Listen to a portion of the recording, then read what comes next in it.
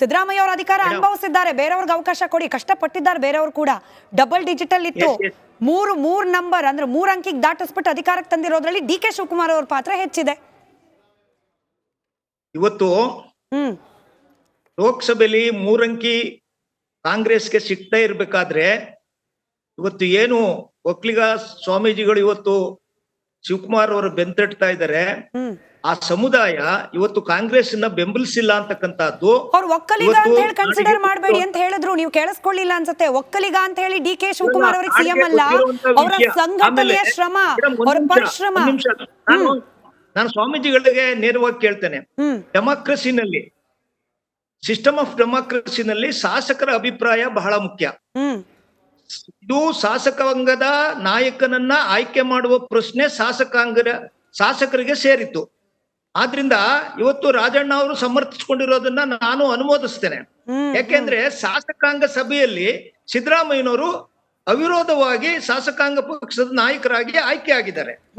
ಮುಖ್ಯಮಂತ್ರಿಗಳಾಗಿ ಎಲ್ಲರೂ ಒಪ್ಪುವಂತ ಕೆಲಸವನ್ನ ಮಾಡ್ತಾ ಇದ್ದಾರೆ. ಇನ್ನೇನಿದು 2ನೇ ಟರ್ಮ್ ಅವ್ರದ್ದು. ನಿತೀಶ್ ಕುಮಾರ್ ಎಷ್ಟು ಟರ್ಮ್ ಅಧಿಕಾರ ಮಾಡಿದ್ದಾರೆ? ಒಡಿಶಾ ಮುಖ್ಯಮಂತ್ರಿ ಎಷ್ಟು ವರ್ಷ ಅಧಿಕಾರ ಮಾಡಿದ್ದಾರೆ? ಈ ಒಡಿಶಾ ಮುಖ್ಯಮಂತ್ರಿಗಳದು, ಬಿಹಾರ ಮುಖ್ಯಮಂತ್ರಿಗಳದು ನಮ್ಮ ಸ್ವಾಮೀಜಿಗಳಿಗೆ ನೆನಪು ಬರೋದಿಲ್ವೇ? ಪ್ರದೀಪ್ ಕುಮಾರ್ ಅವರೇ, ಒಳಗೊಳಗೆ ಖುಷಿ ಆಗ್ತಾ ಇದೆಯಾ ನಿಮ್ಗೆ ಅಂತ ಹೇಳಿ? ಅಂದ್ರೆ ಈ ಒಕ್ಕಲಿಗ ಪಟ್ಟಕ್ಕೋಸ್ಕರ ನಡೀತಾ ಇದ್ದ ಫೈಟ್ ಇದೆಯಲ್ಲ, ಸೈಲೆಂಟ್ ಆಗಿ ಡಿವಿಯೇಟ್ ಆಗ್ತಿದೆಯಪ್ಪ. ಡಿ ಕೆ ಶಿವಕುಮಾರ್ ಅವರ ಕಾನ್ಸಂಟ್ರೇಷನ್ ಬೇರೆನೇ ಕಡೆ ಹೋಗ್ತಿದೆ ಇವಾಗ ಅಂತ. ಆದ್ರೆ ಮೇಡಮ್, ನೀವು ಕಳೆದ ವಿಧಾನಸಭಾ ಚುನಾವಣೆಯಲ್ಲಿ ಅವ್ರು ಕ್ಲೈಮ್ ಮಾಡಿದ್ರು, ಒಕ್ಕಲಿಗರು ವಿಶೇಷವಾಗಿ ಎಲ್ಲಿ ಹೆಚ್ಚು ಇದ್ದಾರೆ ಮೈಸೂರು ಪ್ರಾಂತ್ಯದಲ್ಲಿ ಅವರು ಅಪೀಲ್ ಮಾಡ್ಕೊಂಡಿದ್ರು. ನನಗೆ ಒಂದು ಪೆನ್ನು ಮತ್ತು ಪೇಪರ್ಗೆ ಅವಕಾಶ ಮಾಡಿಕೊಡಿ ಅಂತ ಅಪೀಲ್ ಮಾಡಿದರು. ಆ ಕಾರಣದಿಂದನೇ ಜನತಾದಳಕ್ಕೆ ಕಡಿಮೆ ಸೀಟ್ ಬಂತು, ಕಾಂಗ್ರೆಸ್ಗೆ ಮೈಸೂರು ಭಾಗದಲ್ಲಿ ಹೆಚ್ಚು ಸೀಟನ್ನ ಗೆಲ್ಲಲಿಕ್ಕೆ ಸಾಧ್ಯ ಆಯಿತು. ಅದನ್ನು ಒಪ್ಕೋಬೇಕು. ಹಾಗಾಗಿ ಅವ್ರು ಕ್ಲೈಮ್ ಮಾಡ್ತಿರೋದು ನಿಜ, ಸ್ವಾಮೀಜಿ ಅದನ್ನು ಹೇಳಿರೋದು ಸತ್ಯ ಇದೆ. ಯಾಕೆಂದರೆ ಅವ್ರಿಗೊಂದು ಅವಕಾಶ ಕೊಡಬೇಕು ಅನ್ನೋದು. ಯಾಕೆಂದರೆ KPCC ಪ್ರೆಸಿಡೆಂಟ್ ಆಗಿ ಅವರು ಅಧಿಕಾರವನ್ನು 2020ರಲ್ಲಿ KPCC ಪ್ರೆಸಿಡೆಂಟ್ ಆದ ನಂತರ ಕಾಂಗ್ರೆಸ್ ತುಂಬ ಕೆಳಮಟ್ಟಕ್ಕೆ ಹೋಗಿತ್ತು. ಅಂಥ ಸಂದರ್ಭದಲ್ಲಿ ಪಕ್ಷದ ಚುಕ್ಕಾಣಿಯನ್ನು ಹಿಡಿದು ಗಟ್ಟಿಯಾಗಿ ಪಕ್ಷವನ್ನು ಕಟ್ಟುವ ಪ್ರಯತ್ನವನ್ನು ಮಾಡಿದ್ರು. ಆ ಕಾರಣಕ್ಕೋಸ್ಕರ ಅವ್ರು ಕ್ಲೈಮ್ ಮಾಡಿದ್ದಾರೆ, ಸ್ವಾಮೀಜಿ ಒಬ್ಬರು ಒಕ್ಕಲಿಗ ಅಂತ ಕ್ಲೈಮ್ ಮಾಡದೇ ಇದ್ರು ಕೂಡ ಅವರು ಒಂದು ಡಿಮ್ಯಾಂಡನ್ನು ಅಥವಾ ಒಂದು ಮನವಿಯನ್ನು ಮಾಡಿದ್ದಾರೆ. ಆದರೆ KN ರಾಜಣ್ಣನವರ ವರ್ತನೆ ಇದ್ದಿಲ್ಲ, ಆ ದುರಾಂಕಾರದ ವರ್ತನೆ ಅವ್ರಿಗೆ ಜನ ಏಂತ್ರಲ್ಲಿ ಹೊಡಿಬೇಕು ಅಂತ ತೀರ್ಮಾನ ಮಾಡ್ತಾರೆ.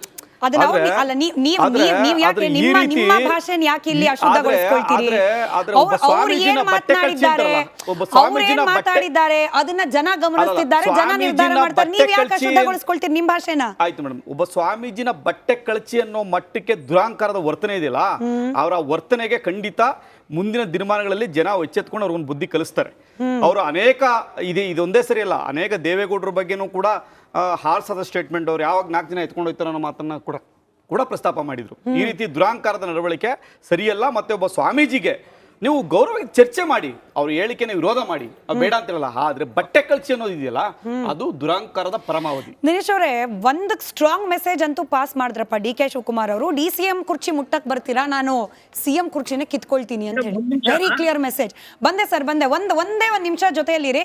ಆಮ್ ಆದ್ಮಿ ಪಕ್ಷದ ವಕ್ತಾರರು ಒಂದು ರಿಯಾಕ್ಷನ್ ತಗೊಂಡ್ ಬರ್ತೀನಿ. ಒಂದೇ ನಿಮಿಷ ಸರ್, ಒಂದೇ ನಿಮಿಷ. ದಿನೇಶ್ ಅವರು, ಇವತ್ತು ರಾಜ್ಯದ ಪರಿಸ್ಥಿತಿ ಏನಾಗಿದೆ ಅಂದ್ರೆ ಹೀನಾಯ ಆಗಿದೆ. ಗವರ್ನೆನ್ಸ್ ತುಂಬಾ ಕೆಳಮಟ್ಟಕ್ಕೆ ಹೋಗಿದೆ. ಇವತ್ತು ಇವರು ಹುದ್ದೆಗಳಿಗೆ ಕಚ್ಚಾಡ್ತಾ ಇದ್ದಾರೆ. ಅದ್ರ ಜೊತೆಗೆ ಸ್ವಾಮೀಜಿಗಳು ರಾಜಕೀಯಕ್ಕೆ ಬಂದು ಏನು ಡಿಮ್ಯಾಂಡ್ ಮಾಡಬೇಕು ಅದನ್ನು ಮಾಡ್ತಾ ಇಲ್ಲ. ಈಗ ಸ್ವಾಮೀಜಿಗಳು ಏನು ಮಾಡಬೇಕು, ರಾಜ್ಯದಲ್ಲಿ ಲಾ ಆ್ಯಂಡ್ ಆರ್ಡರ್ ಫೇಲ್ಯೂರ್ ಆಗಿದೆ, ಅದನ್ನು ಸರಿಪಡಿಸಿ ಅಂತ ಕೇಳಬೇಕು. ಆಮೇಲೆ ಇವಾಗ ನೋಡ್ರಿ, ರೆವಿನ್ಯೂ ಡಿಪಾರ್ಟ್ಮೆಂಟು ಒಕ್ಕಲಿಗನೇ ಏನು ಮಾಡಿದಾರೆ, ಎಲ್ಲ ಆಫೀಸಲ್ಲೂ ಲಂಚ.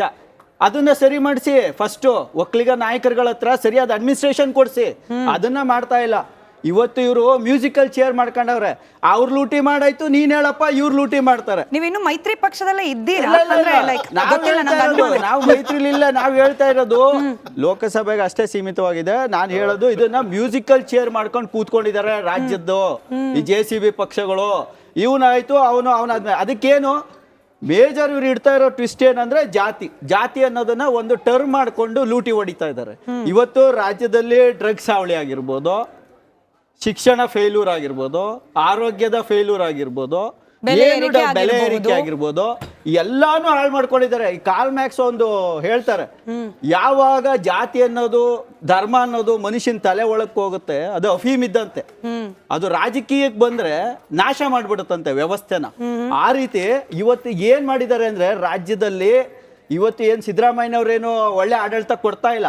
ಯಾಕಂದ್ರೆ ಅವರು ಏನು ಬಂಡವಾಳ ಹಾಕಿದ್ರು ಲಾಸ್ಟ್ ಎಲೆಕ್ಷನ್ಗೆ ಅದನ್ನ ಬಾಚ್ತಾ ಇದ್ದಾರೆ ಕೂತ್ಕೊಂಡು. ಅವರು ಒಳ್ಳೆ ಆಡಳಿತಗಾರ ಅಂತ ನಾವು ಇವತ್ತು ಹೇಳೋ ಪರಿಸ್ಥಿತಿನೇ ಇಲ್ಲ. ಯಾವ ಅಡ್ಮಿನಿಸ್ಟ್ರೇಟಿವ್ ಅಲ್ಲಿ ಇಂಪ್ಲಿಮೆಂಟ್ ಮಾಡಿದ್ದಾರೆ, ಏನ್ ಡೆವಲಪ್ ಮಾಡಿದ್ದಾರೆ ಇವತ್ತು ಒಂದು ರೆವಿನ್ಯೂ ಡಿಪಾರ್ಟ್ಮೆಂಟ್ ರೆಡಿ ಮಾಡೋಕ್ಕಾಗೈತಾ, ಒಂದು ಲ್ಯಾಂಡ್ ಆರ್ಡರ್ ಡಿಪಾರ್ಟ್ಮೆಂಟ್ ರೆಡಿ ಮಾಡೋಕ್ಕಾಗೈತಾ? ನಿಮ್ ಕೈಲಿ ಯೋಗ್ಯತೆ ಇದೆಯಾ ನಿಮ್ಗಳ ಕೈಲಿ? ಏನ್ ಮಾಡ್ಬಿಟ್ಟಿದ್ದೀರಾ? ಯಾವ ಸರ್ಕಾರಿ ಇಂಪ್ಲಿಮೆಂಟ್ ಮಾಡಿದ್ದೀರಾ ಹೇಳಿ? ಇವತ್ತು ಸುಮ್ಮನೆ ಹೇಳೋದು ಸ್ವಾಮೀಜಿಗಳು ಬನ್ನಿ ರೋಡ್ಗಿಳಿರಿ ಕೇಳ್ರಿ.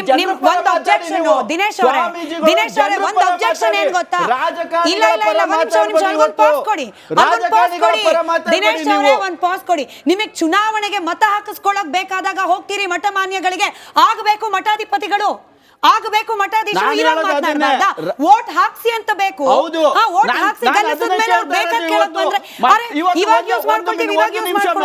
ಮಠಾಧೀಶರು ಅವತ್ತು ಹೇಳ್ತಾರೆ ಇಂಥವ್ರಿಗೆ ಓಟ್ ಹಾಕಿ ಇಂಥವ್ರಿಗೆ ಓಟ್ ಹಾಕಿ ಅಂತ.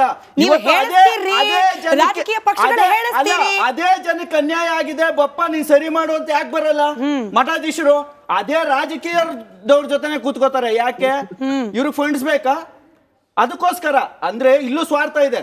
ಮಠಾಧೀಶರು ಜನಪರ ಕೆಲಸ ಮಾಡಬೇಕು, ರಾಜಕೀಯರ ಪರ ಮಾತಾಡಬಾರ್ದು. ಇವತ್ತು ಈಗ ಸ್ವಾಮೀಜಿ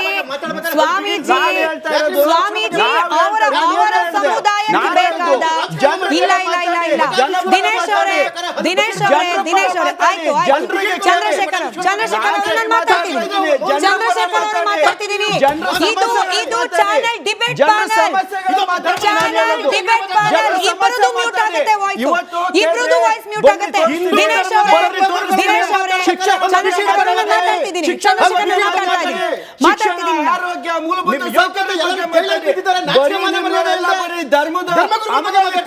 ದೇಶ ಹಾಳು ಮಾಡ್ತಾ ಇದ್ದೀರಾ ನೀವು.